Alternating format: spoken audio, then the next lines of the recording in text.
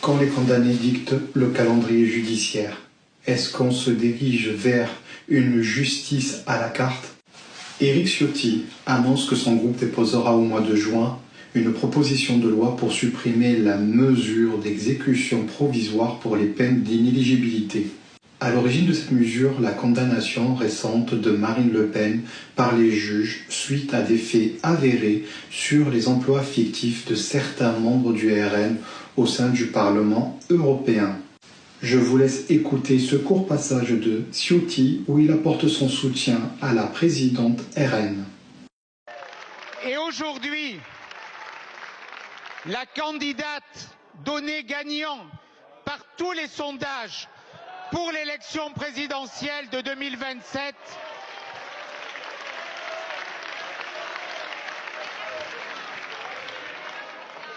que certains veulent et tentent d'empêcher de se présenter. Je veux aujourd'hui dire tout mon soutien à Marine Le Pen. Mais pourquoi Éric Ciotti veut cette proposition de loi? La réponse est si simple. Le député de la première circonscription des Alpes-Maritimes est dans le viseur de la justice pour détournement de fonds publics.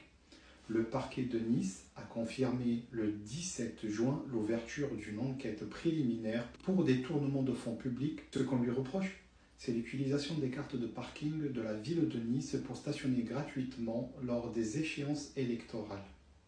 Une deuxième et troisième enquête ciblant le député Ciotti pour des cumuls d'emplois de plusieurs de ses collaborateurs.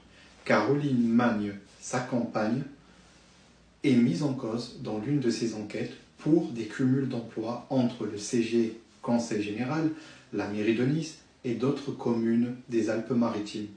De ce fait, nous comprenons mieux cet empressement du député à vouloir proposer et adopter une loi taillée sur mesure pour les élus. Et je pense, et je ne pense pas, que les voix discordantes seront nombreuses. Je vous ai partagé ma vision de la chose. J'espère qu'elle est crédible. J'attends vos commentaires. À très bientôt.